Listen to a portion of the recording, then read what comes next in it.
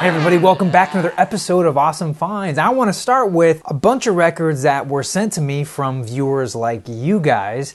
And this first pair were sent to me by Attila. I hope I'm saying your name right, buddy. He lives in Slovakia, and he has a great YouTube channel devoted to everything analog, and he's very knowledgeable in that. I encourage you guys to go check that out. He saw a video I did a while back about how I got this dual 1019, and he said he had a head shell that he would send me, and I was like, yeah, cool. Is there anything I can send you in return? And he was like, yeah. Why don't you send me Sgt. Pepper? So I had an extra copy of Sgt. Pepper's, and I sent that to him. And then he sent me back 2 albums. This first one is a really cool band, and this is from 1980. I told him I would do an episode on at least one of these albums, so I'm definitely leaning towards this one. But if you guys have a preference, let me know. And then the other one he sent me, I'd never heard of them, Blues in the Dark with Message, and this is from 2012. He was telling me that this was done using analog material. I mean, this was all done in analog, so it was recorded with analog equipment, on tape, and then pressed to vinyl. So there was no digital steps here, which I think is really cool. Anyway, I really like this. So one of these 2 albums, let me know what you guys want to see as an episode. Again, Attila, I want to thank you so much for sending me these albums, and you guys check out his channel, Attila SVK, right there or down in the description below. Now these next albums all came from Paul. If you remember a while back, I picked up a Beach Boys import that was incredibly warped, and Paul kindly offered to use his vinyl flat to see if he could straighten the records, and he sent them back, and he pretty much succeeded on getting them flat. I mean, they're not 100%, and I don't think you ever really could get them 100% back to normal, but what he did was phenomenal. And what was awesome is Paul, he's such a cool guy, be sure to check out his channel. He actually sent them back in these really nice mobile fidelity sleeves. That was too cool, man. Thank you so much for that. And in addition to that album, he sent me 2 other albums. This first one is called Bent, and I'd never heard of these guys. Really cool electronic music, I believe out of the UK. Gatefold with an extra one-sided unmarked 7-inch. If you haven't heard them, check them out. He also sent me, which was, I am just so blown away by this. He sent me this remastered Blue Note edition of Art Blakey and the Jazz Messengers. Just a beautiful reissue. Believe it or not, this is my first Blue Note album. Thank you so much, Paul. And for you guys, be sure to check out his channel, Baraka P Dub, right here, or the link in the description below. These next couple of albums came from KRIS over at Dixieland Farm, and he reached out to me because I showed off a couple episodes ago my Thick as a Brick album, and it's a reissue, and it's not in the newspaper format. And he said he had an extra copy of the cover laying around, and he sent that to me, which was so cool. And I'd never seen this version before. I haven't even begun to look at all the detail in here, but I just love that they went through this much work to put this together. So cool. But he also included 2 other albums. The first is the Chambers Brothers, The Time Has Come,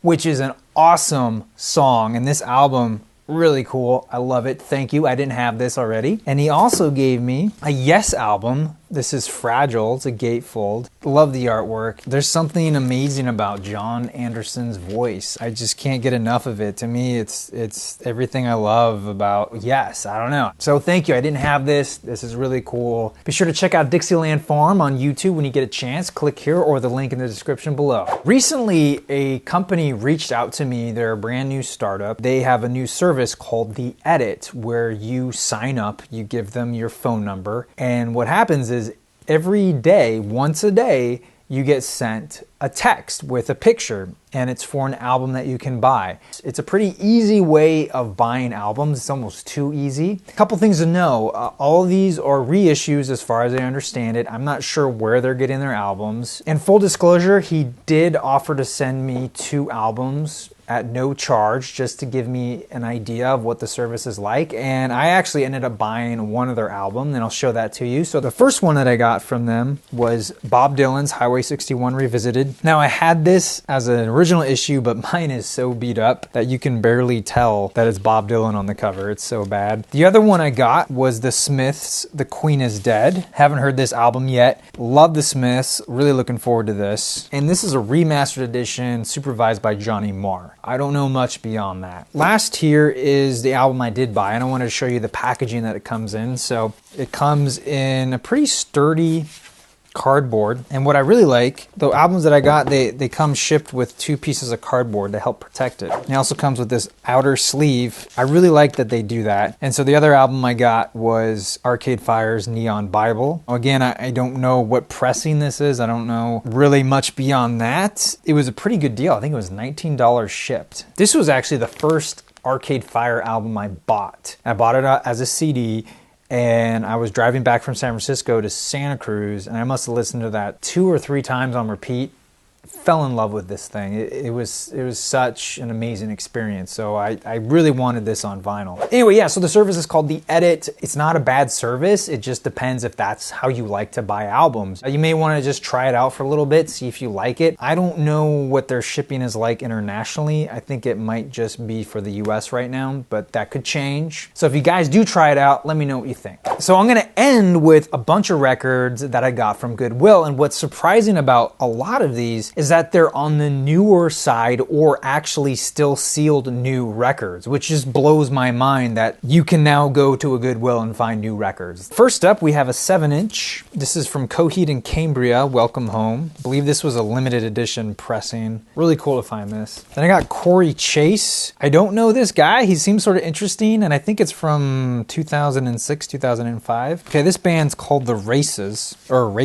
What was crazy that it came with a digital download code, and I tried it and it actually worked. I didn't think that would happen. Next up, I got a compilation by Dublab. If you don't know who they are, they're a nonprofit here in LA, and they're a group of DJs and musicians and visual artists, and they put on really cool events and they do parties and stuff, and they're just all around neat people. Daedalus is on here, Mia Doi Todd, Dentel or Jimmy Tamborello, who is from the Postal Service. This was actually before the Postal Service was huge. Overall, cool people. Check out Dublab. It's a really cool site. If you're ever in LA, hit up one of their events. It's a good time. This was kind of surprising. This is a triple album by Atmosphere. It's called 7-inch Headshots, and it's basically a bunch of his singles over the years. Some I like more than others, but it's quite the epic listen. Let me tell you, 3 LPs. You don't often see that. And it's a gatefold with this little kid peeking through there. Then I got 2 by Aesop Rock. I think that's how you say his name. I really like his stuff. This one is a double LP. So then I got another one from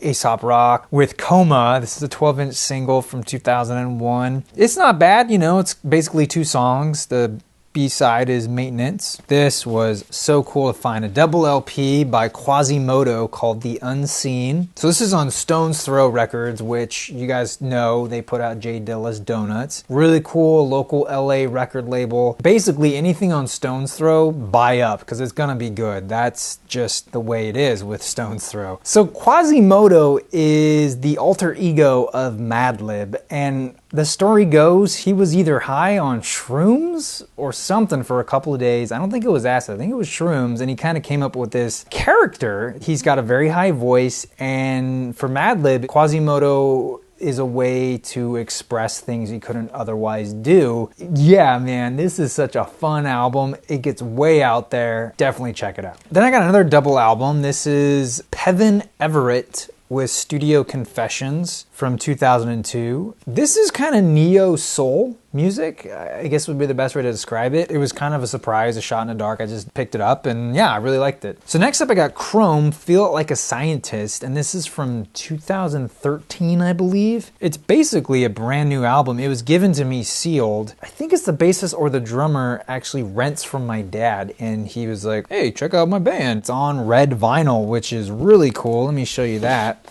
So yeah, on this really cool red vinyl here, but really out there stuff. I'm gonna have to listen to it a couple more times to really get an opinion on it, but if you've heard them, you know what you're getting into when you see them. All right, so these last 3 are all still sealed records I got from Goodwill. First up is Lana Del Rey with her debut album Born to Die from 2012. I bought it because it was still sealed, but honestly, I have an issue with Lana Del Rey. And it's nothing to do with the music. Even before she had an album, she had kind of a viral music video for the song Video Games. And I sort of caught that early on. And I thought she was sort of an underground artist. And then come to find out that she was heavily manufactured. I felt really duped, to be honest. And it's just kind of hypocritical of me in a lot of ways because I love Madonna.